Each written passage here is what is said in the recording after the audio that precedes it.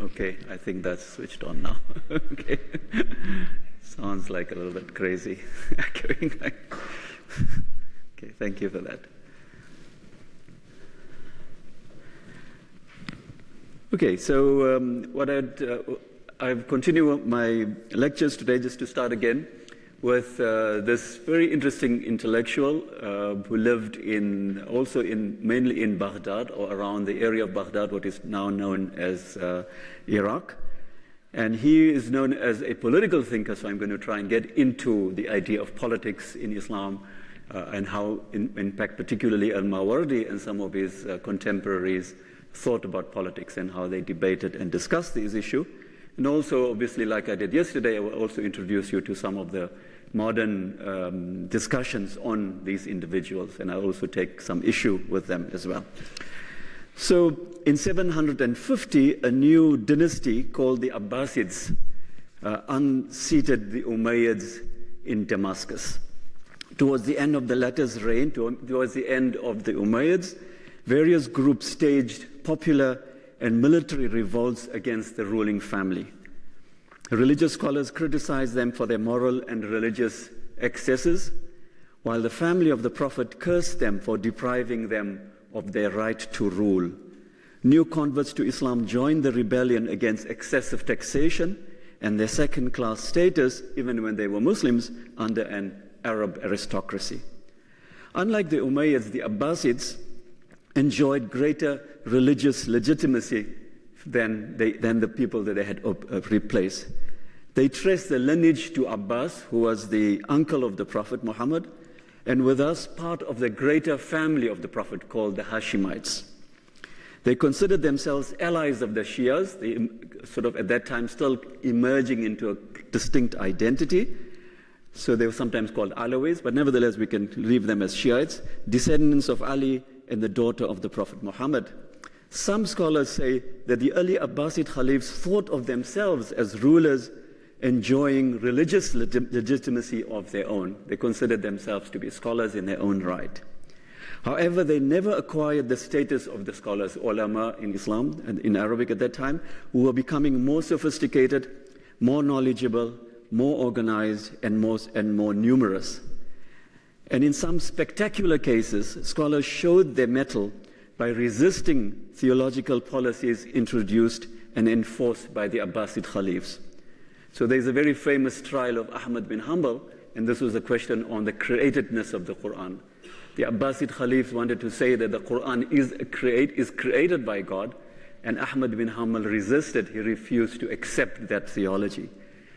Without thinking about what that particular theology was all about, what that demonstrated is that the Abbasids should not interfere. They don't have any right to say what is theologically correct or not. Some of our modern scholars think that the Abbasid Caliphs found themselves in need of scholarly and perhaps religious legitimacy when their grip on power became weaker. This weakness was a result on many things, partly because of their own challenge that they faced from the scholars, but also because of the intense rivalry within the Khalifal family. Thus, when Harun al-Rashid died in 809, at the height of Abbasid power, he bequeathed leadership of the empire to his two sons, who were supposed to divide it in two equal halves. Bad decision, right? The two sons, Al-Amin and Ma'mun, plunged the empire into a civil war until only one emerged victorious, Ma'mun. Apart from family rivalry, powerful Turkish and Persian commanders emerged from the vanquished peoples that the Arabs had conquered and soon imposed their will on weak Arab caliphs who relied on them for military power and military strength. They could actually muster much more military power than the caliphs could.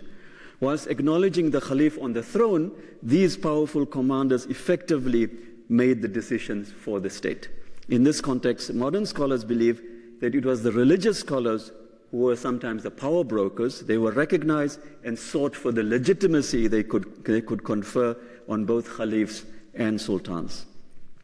So with this brief sketch of the political context and the role of the religious leaders, I introduce you then to Abu al-Hasan ibn Ali ibn Muhammad ibn Habib al-Mawardi, you just know him as al-Mawardi, who was one of the most prominent of such legitimizing scholars.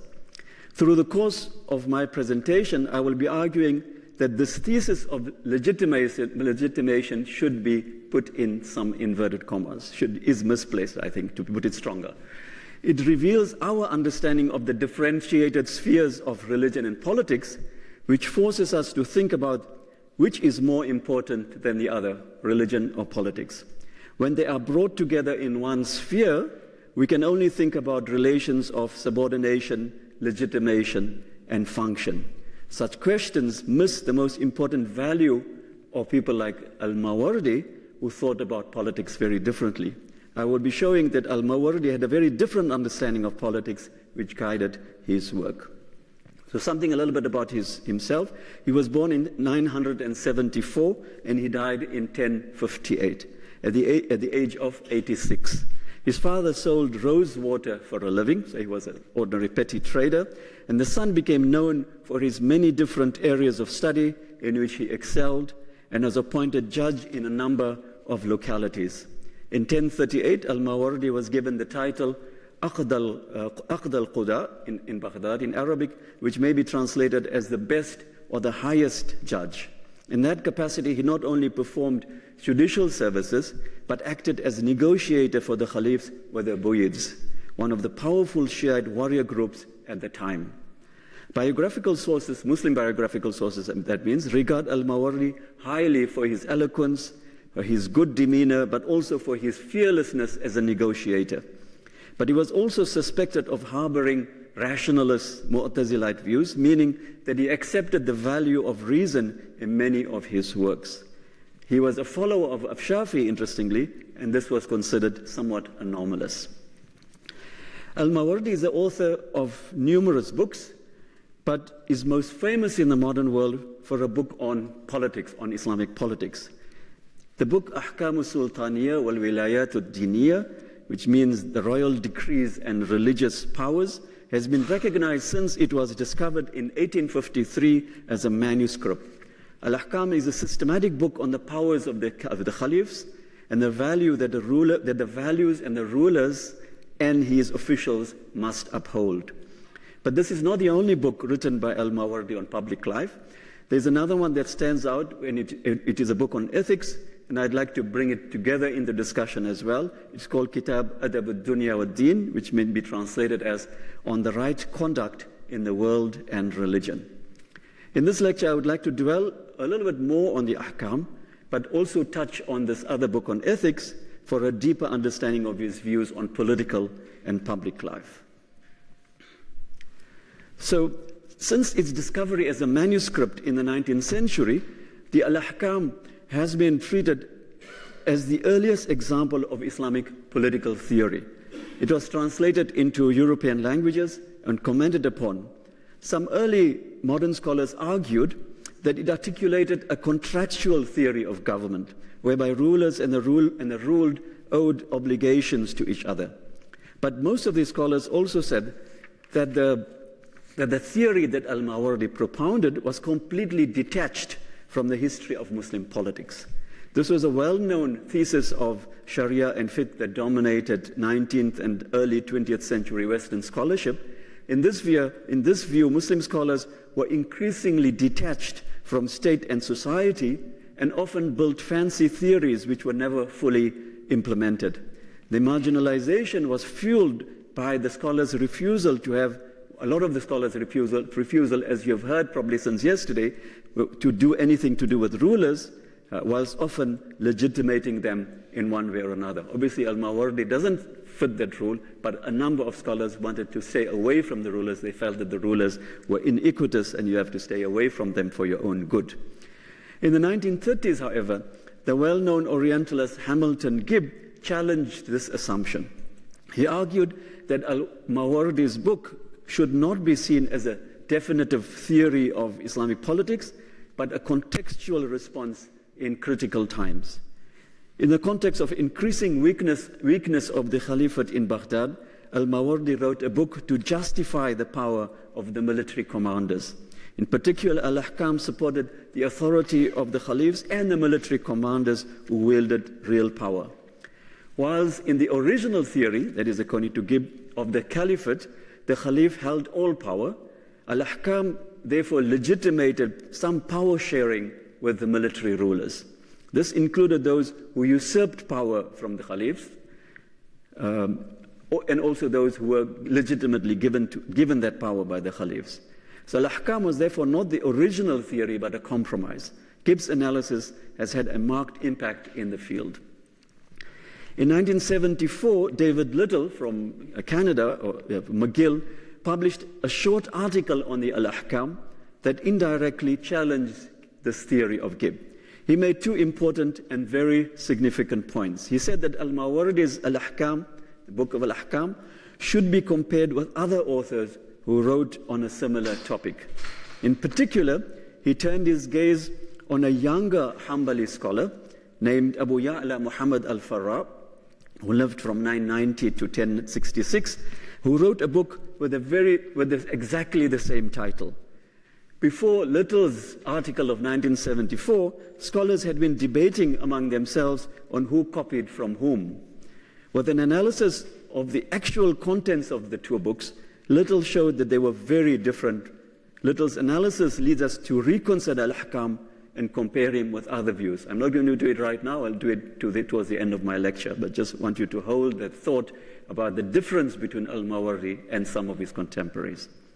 Secondly, Little also relates a very interesting story that al-Mawardi specifically said that his book should not be published, should not be disseminated, obviously not published like we think about publishing, but it should not be copied and sent among others.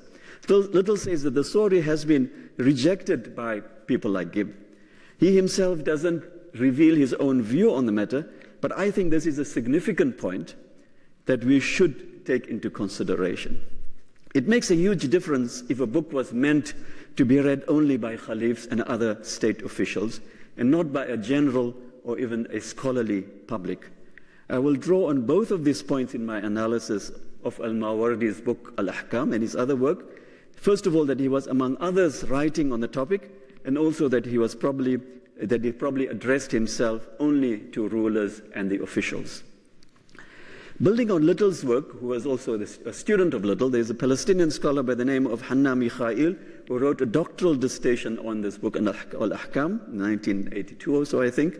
In his view, al-Mawardi was an independent scholar, even though he belonged by reputation to the Shafi'i school. Theologically, he held a middle ground between the sort of anti-rationalists and the rationalists, meaning that he did not completely reject rational deliberation and justification. Moreover, according to Mikhail, al-Mawardi promoted the Sharia to limit the powers exercised by Khalifs and Sultans. So he said that al-Mawardi used this book as a kind of a constitution, in the modern sense of the term, to limit the power of the Khalifs. Justice emerges as a supreme value through the Sharia that ought to regulate the power and to limit the power of the state. Writing al-Ahkam for government officials, the book contained advice on how to maintain justice at all times. But an important point is that he saw it as a kind of a political or constitutional theory. Modern scholarship, therefore, if one looks at it, has evolved through 150 years since the discovery of the manuscript. Two theoretical lenses have been applied to the book. The first one is to see the al-Ahkam as a theory in which we think about theories in modern sciences. A theory is a general statement that applies to all specific instances from which it may depart now and then, and against which it may be judged. This analysis applies to studies that regard al-Ahkam as a contractual theory of state in the early 20th century, and also Mikhail's late 20th century thesis of the al-Ahkam as a constitutional theory, as a constitutional theory. In both cases, al-Mawardi is recognized as a thinker who established or maybe adjusted a theory for Muslim politics. The second line of analysis follows a contextual argument that we saw in Gibb, taking a cue from the general theory of society that intellectual life takes shape in social and political context, an idea that was in the earlier 20th century through the influence of people like Max Weber and then later other sociologists, I can't think of them right now, sort of took up this analysis as well. Gibb promoted this analysis as an argument that the al-Ahkam was not a theory, but a compromise of a theory.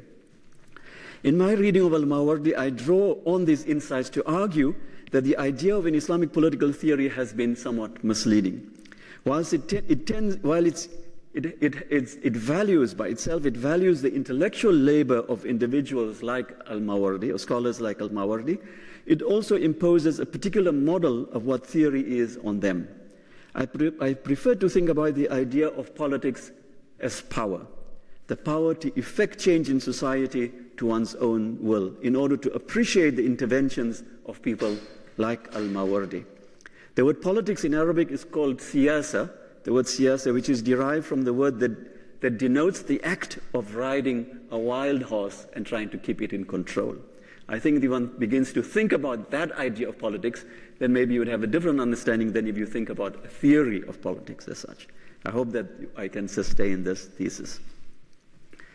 So I want to begin my analysis with a very interesting scholar, Lebanese Arab scholar, Tarif Khalidi, an expert in Islamic historiography and medieval Arab culture, who says that rulers at the time, this 10th century that we're talking about, 10th, 11th century, were exposed to three unique genres of, maybe one can call it imperial counsel and advice. I'm already adjusting my term to replace theory with counsel. The first was exemplified by the philosopher al-Farabi, who died in 950, who developed Plato's ideas of the state in a very significant way.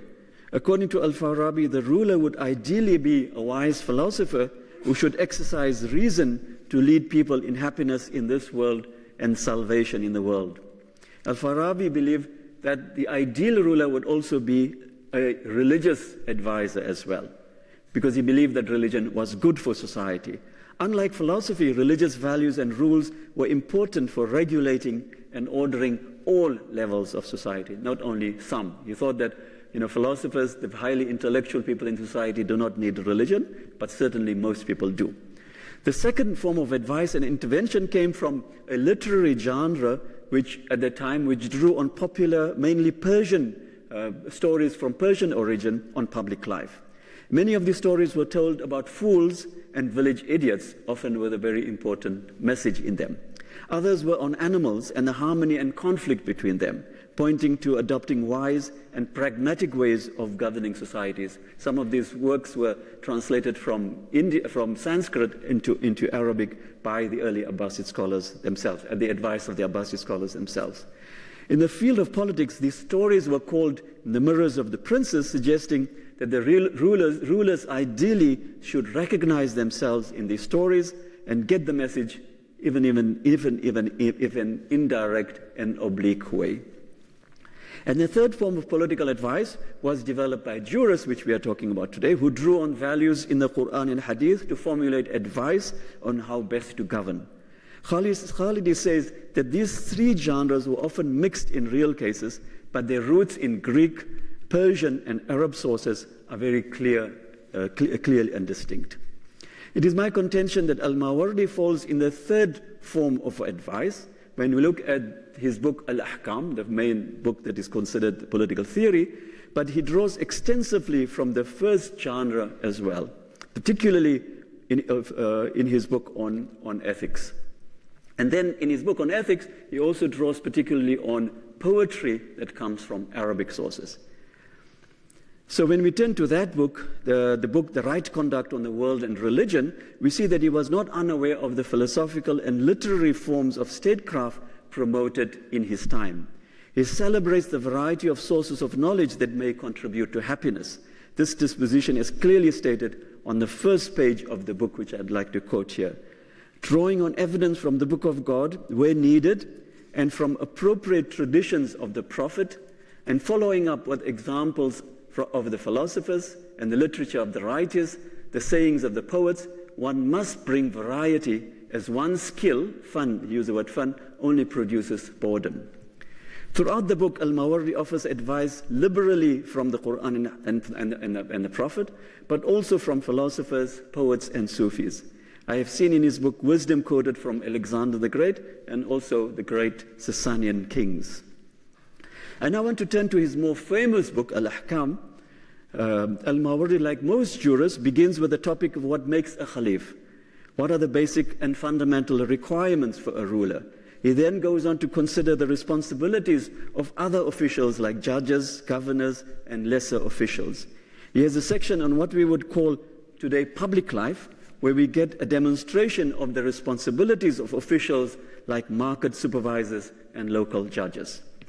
In my presentation, I will not follow Al-Mawardi's arrangement, that means not start from what is a Khalif, but begin with the specific advice he gives on the regulation of public morality, just to get a sense of the kind of advice that he gives to the ruler. I will then return to his views on the ruler in comparison with another jurist who also wrote a book in the same genre, also wrote a juridical book on politics, and then I will make some general observations on the difference between him and his near contemporary Al-Farra, emphasizing how Al-Mawardi always offered rulers and officials a wide palette of options and ideas to choose from. A good ruler was ready to draw, according to Mawardi, on various sources to govern a society with wisdom and justice. So there are at least two topics in Al-Mawardi's book that deal directly with what we would call public life. The first is the topic of the chapter in his book, 16, which is enclosures and public amenities. And the second is the topic of chapter 20, which is a topic on hisba in Arabic, which is public morality or accountability. I will present a few examples which will show his general method. I hope that you will find it interesting, if not also sometimes funny. In chapter 16, Al-Mawardi begins with a hadith which stipulates that the Prophet had set aside lands for grazing animals for everyone. He considers the question if other rulers might also do the same. He answers this question in the affirmative, and then goes to the question of who may benefit from these enclosures, who may benefit from these grazing lands. He produces some debate among Muslims on whether non-Muslims may benefit equally from these public enclosures, from these public lands. He doesn't come to a final decision. He presents the arguments. In the same chapter, he also discusses public amenities, which refer to uninhabited houses, lands, and streets. And Al-Mawardi raises questions on who has the right of access to and benefit from them. He promotes a position that says that the one who has first access should be a good rule. But he tempers that with some consideration of justice. He concludes by saying that rulers are responsible for ensuring that such enclosures and access to them should be governed by justice. According to Al-Mawardi, such public amenities include mosques and study circles. He focuses attention on the question of who should be responsible for the appointment of teachers and imams. For prominent and important mosques, he says rulers should decide. In lesser-known community mosques, local customs should prevail. With regard to study circles, he makes two additional points. First, he says lay people should be prevented from joining specialized circles of learning. Second, he said rulers should permit differences of opinion among scholars as long as such differences do not lead to conflict and chaos. He warns against the learned impostor who can do more harm than a pious impostor.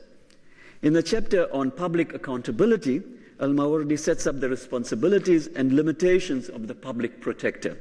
He constructs the chapter around a number of key themes. Firstly, he identifies the place of the public protector in comparison with other officials who are also responsible for public order and justice. He reminds his readers that the public protector was not a judge. On the other hand, the public protector should be distinguished from volunteers who may want to enjoin good and forbid evil. Al-Mawardi seems to say that ordinary people may enjoin good and evil, but they should be severely or carefully restricted. Another key point in Al-Mawardi's discussion turns around the expertise and rank of the public protector. He relates the view of a fellow Shafi'ite scholar, al-Istakhri, that the public protector was an independent scholar who could impose his rulings on the public. Just missed my... yeah. But this was not accepted by other jurists of the same school. So Al-Mawardi seems to follow the latter, the second group, and argues that the public protector should consider differences of opinion among jurors. Such differences should only be limited by consensus, the term that we came to yesterday, if there was consensus on which Sunni schools all agreed. Only consensual, only such rulings may be imposed in public life. For example, he says that the performance of Friday prayer would have to take into consideration differences among the various law schools. But he says the performance on the festival, on the annual Eid prayer, festival prayer, was a matter on which there was consensus among Sunni jurists. So the obligation to perform Eid prayer, that is the annual prayer, could be enforced in public, but not the Friday prayer. In another example, he considers the case of someone who is found with a bottle of wine in his possession. According to the Shafi'i tradition, his own tradition, the wine should be confiscated and poured over the offender's head. The Hanafi tradition, however, considers wine legitimate property that can be sold and bought, very much like marijuana, well, opposite of what is marijuana in Cape Town, I think. It's not permitted to be taken, but it is legitimate property that can be bought and sold. And therefore, because of the fact that it is legitimate property, you are not permitted to destroy it. So therefore, the public protector should therefore desist from pouring the wine unless he was ordered to do so by a higher official than him. So Al-Mawardi produces a number of similar examples where consensus acted as a justification and a kind of a justification for how he could impose himself in the public sphere. But as soon as there were differences of opinion, he had to sort of step back. Where there was consensus, the muhtasib, the public protector, would be entitled to control public life. Where such was not the case, he would have to let the differences of opinion prevail. Another example in Al-Mawardi's discussion of public morality or public morality turns around the public display of actions and private motives and justifications.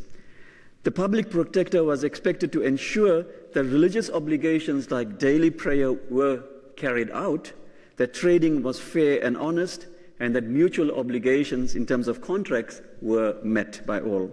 So complaints could be taken to him. These are public acts in a society, and they have to be implemented and enforced, according to Al-Mawardi. But Al-Mawardi limits any intervention on a personal level without careful investigation and scrutiny. So this example I found interesting. He relates the case of a scholar by the name of Ibn Aisha, who reprimanded a man for talking to a woman in public in suspicious circumstances.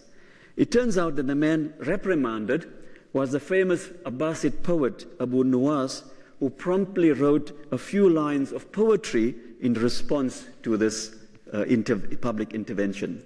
And I quote, he says, "The one you saw me talk to this afternoon was a messenger who brought me news that almost took my breath away.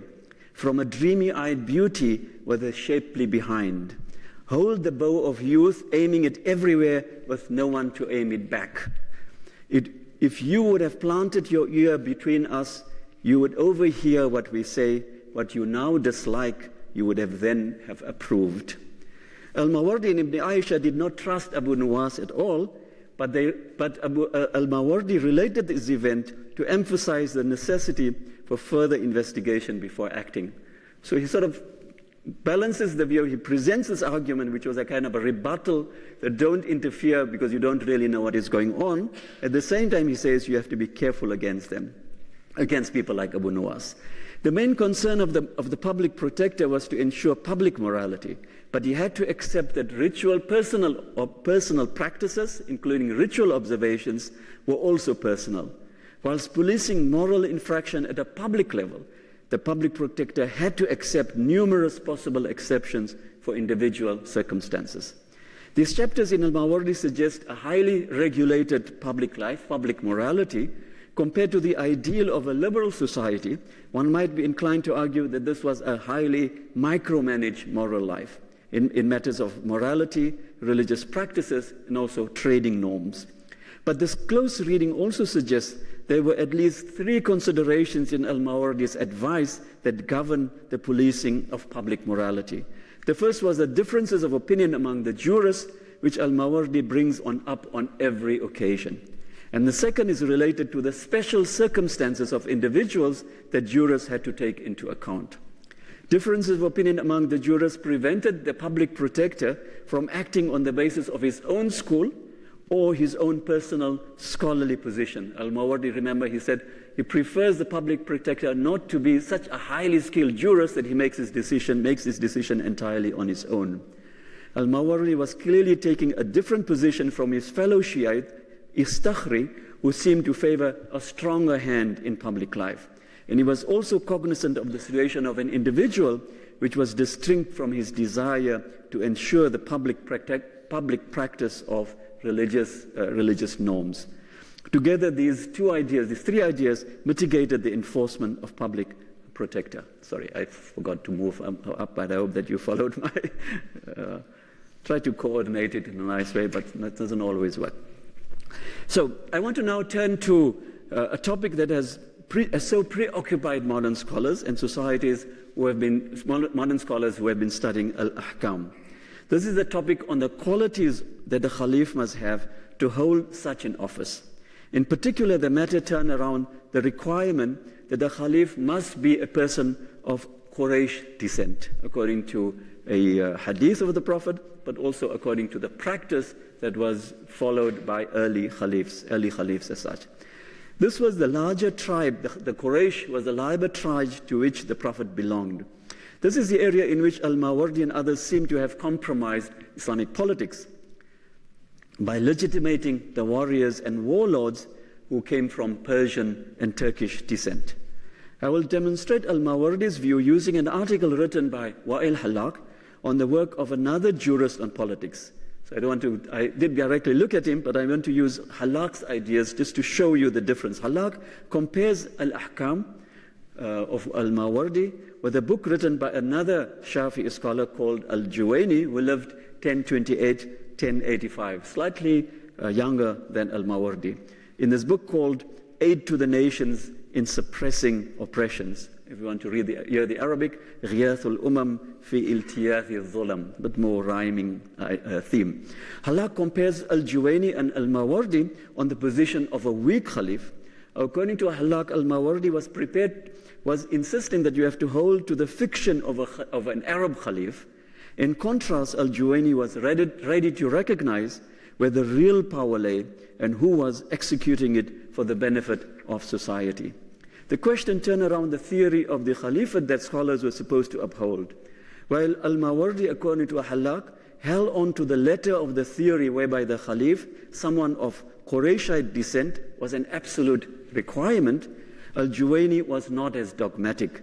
Al-Juwayni focused on the important role to be performed by the ruler, and this is Halak's summary of al-Juwayni's view. And he says, a Qurayshi candidate has priority over other candidates only when he meets all other requirements. In other words, the requirement of ethnic descent ranks last in importance. Thus, a non-Qurayshi candidate who possesses knowledge and military power has priority over a Qurayshi one who lacks these qualities. Juwayni makes it plain that the most important requirement for the political leadership is kifaya, in Arabic, which means ability to perform his duties. This may be an accurate assessment, but I do not think that Ahlak appreciates the sophistication in al-Mawardi's treatise, which I will show in a minute further. And al-Mawardi considers rational justification of politics, while when one looks at Juwayni's book, the book is filled with only religious arguments. More importantly, Halak continues to work with the idea of a theory of Islamic politics that presumably challenged jurists like al-Mawardi and al-Juwayni at the time. The weakening of the Khalif forced a compromise, according to this theory, upon al-Mawardi, as Gibb had argued, and led al-Juwayni to the development of another compromise, as Halak seems to argue. Reading modern studies on these intellectuals has led me to question this persistent recognition of a gap between theory and practice. I think that rather than a theory, one needs to appreciate that the jurists recognized that power, the ability to exercise one's authority and hegemony was of paramount importance in their discussion of politics and rules. So I think there's a very big difference between al-Mawardi and al-Juwayni. Al-Mawardi certainly was negotiating between the Khalifs and the Buwayhids, and so therefore he still maintained a place for them. He still had to give them advice about what each one had to do, the Khalif on one side and the warriors, at least the military generals, on the other side. Let me now turn to how al-Mawardi compared with another contemporary, which I've already mentioned earlier.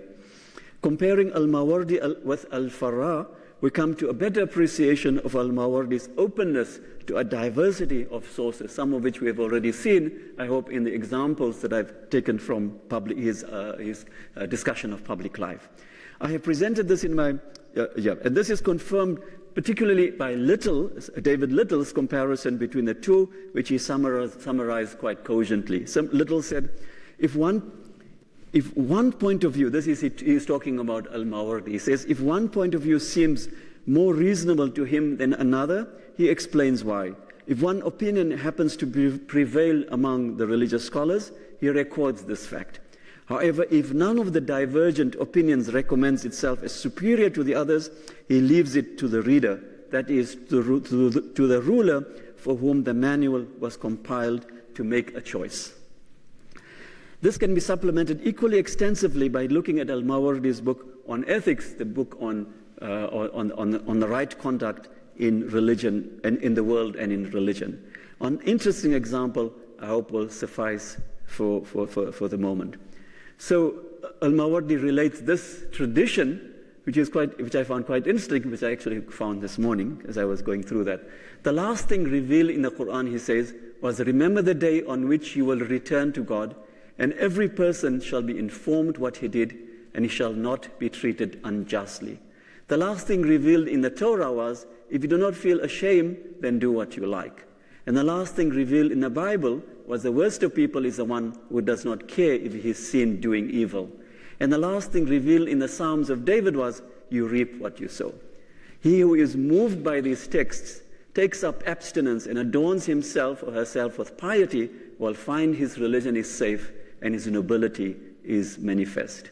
So this is an example of how al-Mawardi sort of brings in the tradition. So I'm not so sure whether, I'm not so sure whether it's accurate about the other texts, but obviously he is thinking about how what he is presenting here is like, in his view, like very important values that one gets in these different religious sacred texts as such.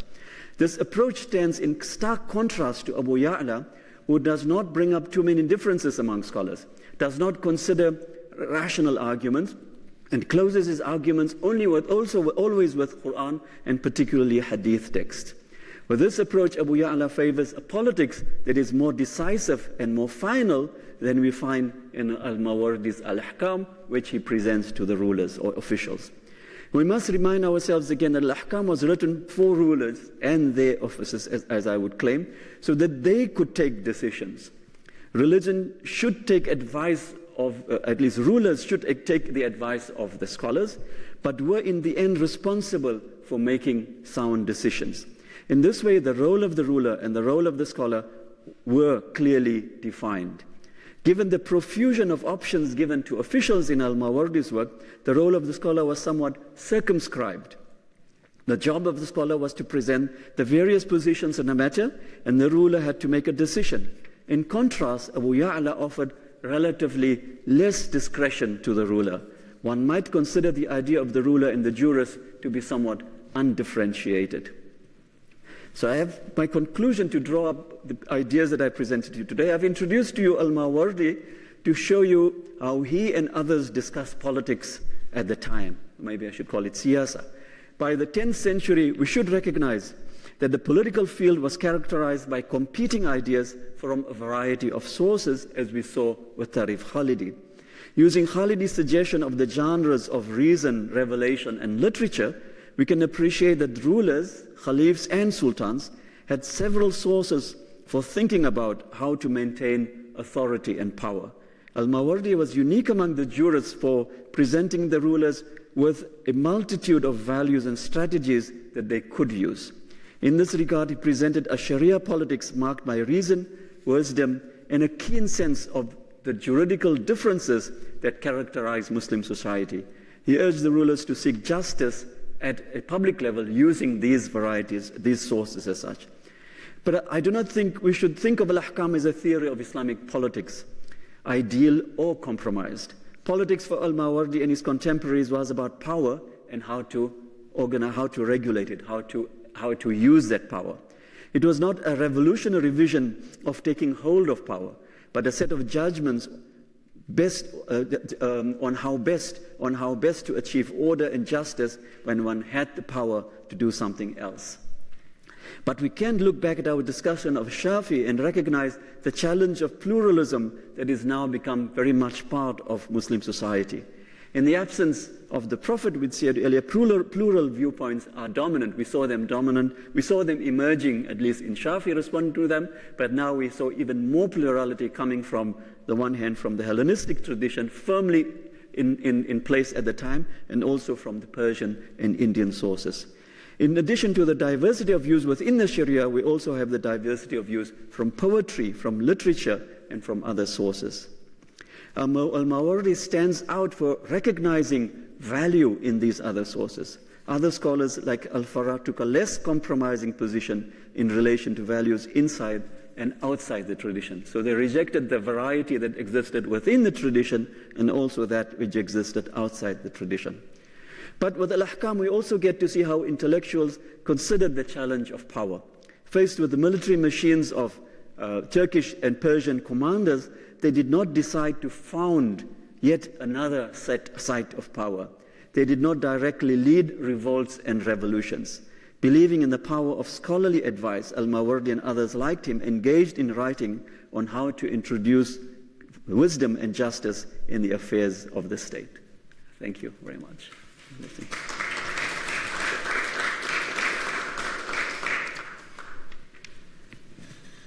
So, I hope that you get some idea of the politics of this particular period, and I'd welcome your questions and your comments on things that I've said. Yeah, please. Okay. I don't see anybody yet, but please. Yeah.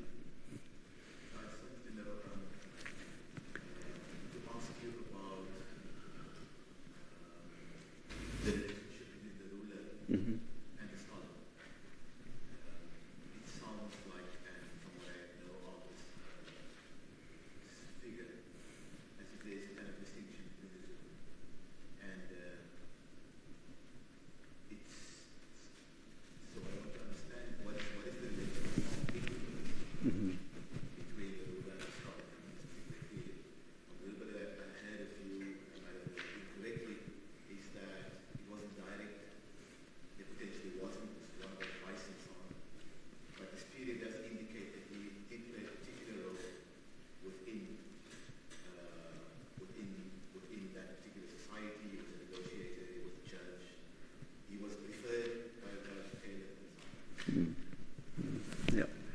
Yeah, I think that's a good question. It's very difficult to answer it in a very, I think that what I've, he's asking about the relationship between the ruler and the scholar, and what was the exact relationship? Was there, can one speak about direct influence or not? When we speak, what can we be a bit more precise? I think than perhaps what I've been here. Yeah.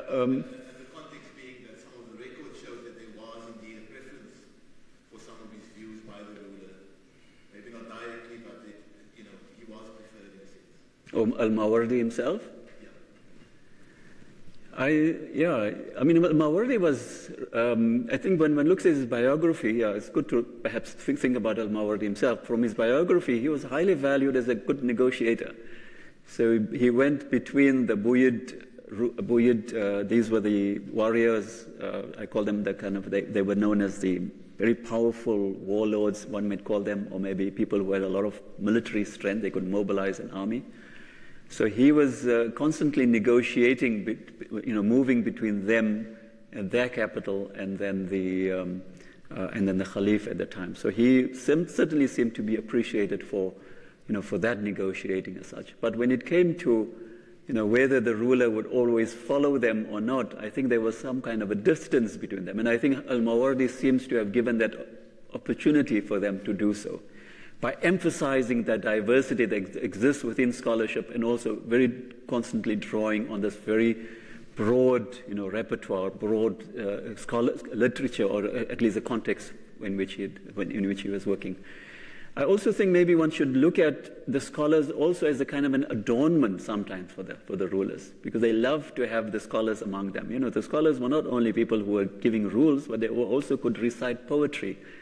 They could recite beautiful prose, in the presence of the ruler. So when these rulers brought up the poets and everybody together, and they would be rewarded by the rulers, they also like to boast among themselves, about who has got the best rulers among themselves. So that is something perhaps we don't maybe immediately think about when you think about only sociologically, but that played quite a significant role.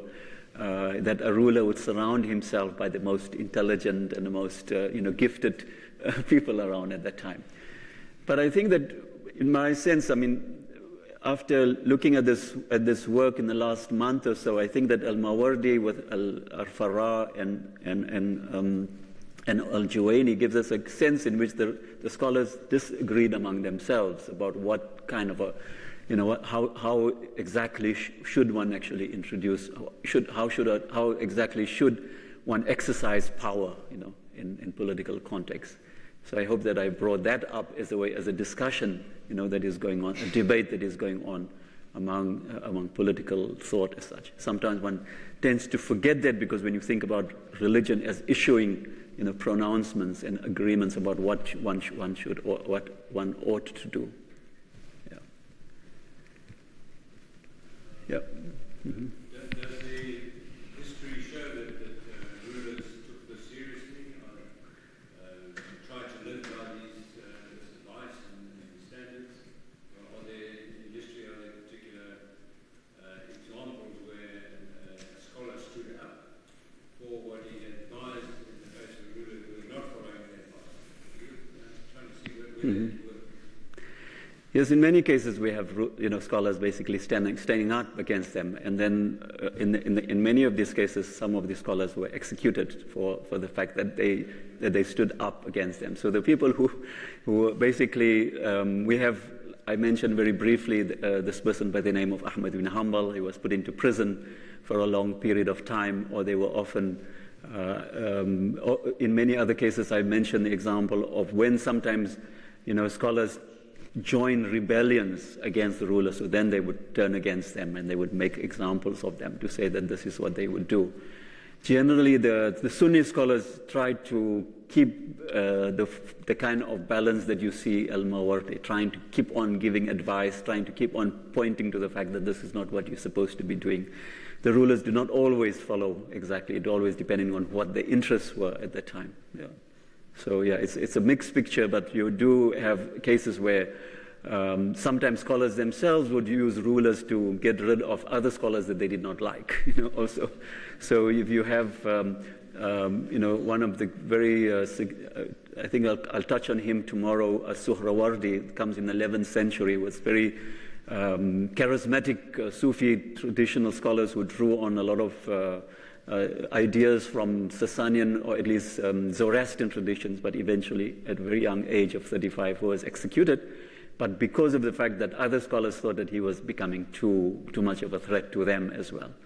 So you had to be careful about, at least on that level. I hope that sort of gives you some sense of the kind of terrain that you are playing with. But there was, let me just make this small point here again about this idea that scholars were very cautious sometimes about what they wrote for. They only wrote for the rulers, and so therefore they didn't want other scholars to know about it. So this was a kind of a personal relationship that they had with their sort of, on the one hand, their benefactors, but also people whom they could advise about how to, organize the society, without necessarily having them by themselves the power to do so. Yeah, please. Yes. I saw him. Okay, all right, sorry. Yeah, okay. So I'm interested in finding out what the status of Imam Shafi's ideas at this time were. Do you think it was a conscious decision from Al-Nawaj to go beyond in terms of methodology to what Shafi was proposing? Yeah, that's a very good question. I will enter it into the, into how yeah, sorry, I have to repeat the question. Sorry about that. His question is, what was the relationship between Shafi and this al-Mawardi? Because both Shafi was the founder of this juridical school, or at least is known to be the founder, and al-Mawardi sees himself as belonging to the school. So how did he, the question is, did he consciously go out and go beyond the school and develop his own ideas? So the scholars by that time, 10th and the 11th century, the lines of differentiation between the different juridical schools are becoming very fixed. And so people were immediately known by the fact that they are Shafi or they're Hanafi or they're Maliki. These are the different Sunni schools that were known, that were to be, and therefore, somebody like al-Mawardi would be known as, okay, he is a Shafi. But I think that when one looks at most of these very prominent scholars, when you look closely at them, then you realize that they differed from their founders in significant ways. And so this is part of the development of culture. I think at one time when scholars in the modern world used to study Muslim schools and Muslim scholarly traditions, they used to think of them as cultural groups. They were very fixed among themselves. And then when they would read among the scholars themselves, they would say, we follow by imitation. We are the imitators of a Shafi. He would say that openly, I make taqleed, the word, there was a technical word that is used which means imitation. But I think in the last maybe 20 or 25 years, we've come to know that cultural groups, and I think the same can be said about schools of law in Islam, are actually changing all the time. And they are changing much more imperceptibly than what we first thought. So al-Mawardi is, embracing of, rational thought, embracing of, the whole Persian literature, and then embracing a kind of an interreligious text of reading like this, is not necessarily, would not fit in with Shafi'i thought, or at least what Shafi appeared to have said. But this is him, and he would, then this is how, how the tradition, changes, without us realizing that. So one has to always look at what people say they do and also what they really do. Sometimes it's a bit different. Okay, then you have, yes.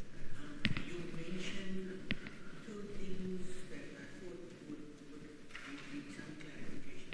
One was that Mawardi favored the Quraishi leadership. And the second thing that you spoke about was about the power, politics as power. Mm-hmm. How did he understand Abu Bakr's view when he said that follow me if I do things according to the Sharia, but remind me if I don't? In other words, there was a compromise of power. He gave political power to the people to remind him or to depose him if necessary. What was Mawardi's, how did he interpret that? Because he accepted the leadership of Quraysh and Abu Bakr was of Quraysh. That's a good question. I don't know what he said about it. I've read his Al-Ahkam, and I've read most of his Kitab al-Adab al-Dunya wad-Din, which actually is 600 pages or so. So I don't remember whether he said anything specifically about that. But if I could use your question to, did he sort of think that the ruler should be open to correction? Yes, he would say, yes, he should be correction. Should the ruler be deposed? Not necessarily. By that time, the scholars simply seem to accept that you have to accept the ruler, whatever they do. But on the other hand, you have to keep on advising the ruler that they should do better. So I think that the discussion, the debate between, or at least this distinction between Al-Juwayni and Al-Mawardi brings out a very clear case about his relationship with the Khalif and the relationship with the Buyid princes, or with the Buyid warriors as such. So I think for me, we can interpret that in his context, not to make a theory about how do you depose a ruler. The Sunni scholars generally were conservatives politically. They did not think that you should bring about rebellion in the law, because rebellion is worse than than having the worst kind of ruler as such. But they did not give up